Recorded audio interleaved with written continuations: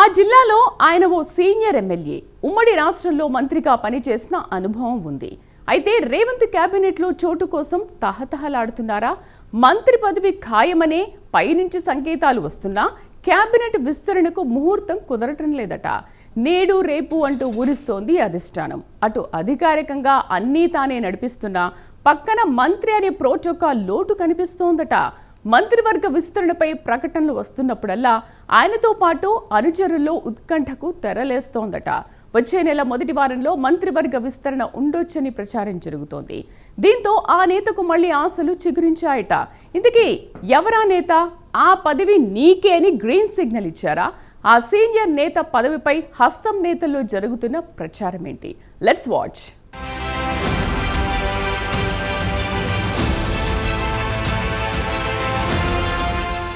నిజామాబాద్ జిల్లా బోధన్ ఎమ్మెల్యే మాజీ మంత్రి సుదర్శన్ రెడ్డి బోధన్ నుంచి 7 సార్లు పోటీ చేసిన ఈయన 4 సార్లు ఎమ్మెల్యేగా గెలిచారు.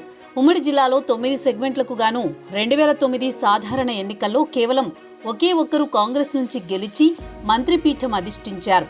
ఆ తర్వాత 2014, 2018లో వరుసగా ఓటమి పాలయ్యారు. గత ఎన్నికల్లో మళ్లీ గెలిచారు. సీఎం రేవంత్ కు అత్యంత సన్నిహితుడిగా ఉన్న సుదర్శన్ రెడ్డికి మొదటి జాబితాలోనే క్యాబినెట్లో చోటు దక్కాల్సి ఉండగా సమీకరణాల్లో భాగంగా ఛాన్స్ రాలేదట. అప్పటి నుంచి ఆయనను పెద్ద పదవి ఊరిస్తోంది. అసెంబ్లీ స్పీకర్గా అధిష్టానం పేరు పరిశీలించగా సుదర్శన్ రెడ్డి తిరస్కరించినట్లు అప్పట్లో ప్రచారం జరిగింది. సుదర్శన్ రెడ్డిని ఎలాగైనా క్యాబినెట్లోకి తీసుకోవాలని సీఎం రేవంత్ పట్టుదలగా ఉన్నట్టు పార్టీ వర్గాలు చెప్తున్నాయి. జిల్లాకు చెందిన మైనార్టీ నేత షబీర్ అలీని ప్రభుత్వ సలహాదారుగా నియమించారు.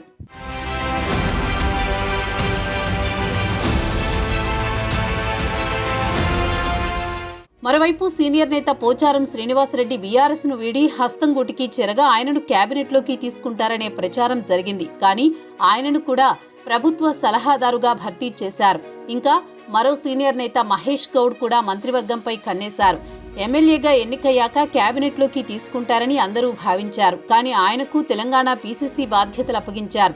అయితే ఎల్లారెడ్డి నుండి గెలిచిన మదన్ మోహన్ రావు మంత్రి పదవి కోసం ఢిల్లీ చుట్టూ చక్కర్లు కొట్టారట. మరోవైపు వయసు రీత్యా సీనియర్ను వద్దంటే తనకే అవకాశం ఇవ్వాలని నిజామాబాద్ రూరల్ ఎమ్మెల్యే భూపతిరెడ్డి ప్రయత్నాలు చేశారట. కానీ అధిష్టానం సీఎం మదిలో సీనియర్ నేత సుదర్శన్ రెడ్డికి మంత్రి పదవి ఇవ్వాలని నిర్ణయించారని టాక్ నడుస్తోంది.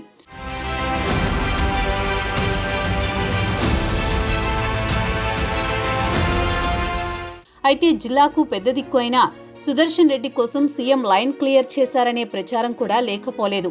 త్వరలో జరిగే మంత్రివర్గ విస్తరణలో ఆయన బెర్త్ దాదాపు ఖాయమనే చర్చ జరుగుతోంది.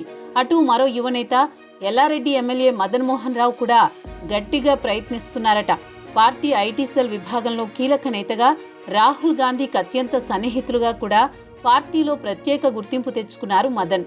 అయితే గత ఎన్నికల్లో ఎంపీగా ఓడిపోయిన మదన్ కేవలం ఒకేసారి మాత్రమే ఎమ్మెల్యేగా గెలిచిన అనుభవం మాత్రమే ఉందట. సీనియర్ నేత సుదర్శన్ రెడ్డి వివాదరహితుడిగా పేరుంది. కష్టకాలంలోనూ పార్టీని కేడర్ని కాపాడినట్లు పార్టీ అధిష్టానం గుర్తించిందట.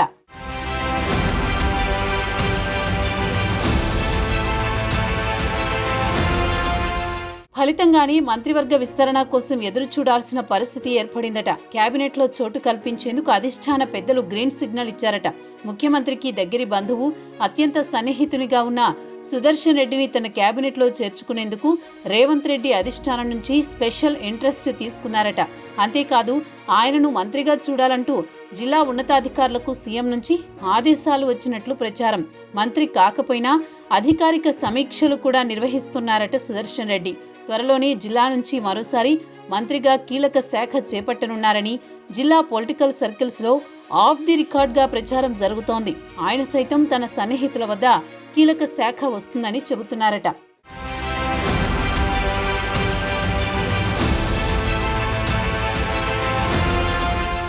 జిల్లాలో తాజా రాజకీయ పరిణామాలపై రాజకీయ వర్గాల్లో ఆసక్తి నెలకొంది. సుదర్శన్ రెడ్డి త్వరలో హోంమంత్రి కాబోతున్నారని జిల్లాలో ఇప్పటికే ప్రచారం జోరుగా సాగుతోంది. రేవంత్ టీంలో చేరడంలో ఎలాంటి డౌట్ లేకున్నా ఏ పోర్టుఫోలియో వరిస్తుందన్నది ఆయన అనుచరుల్లో ఉత్కంఠ రేకెత్తిస్తోందట. మరి చూడాలి ఆయనకు మంత్రి పదవి లభిస్తుందో లేదో.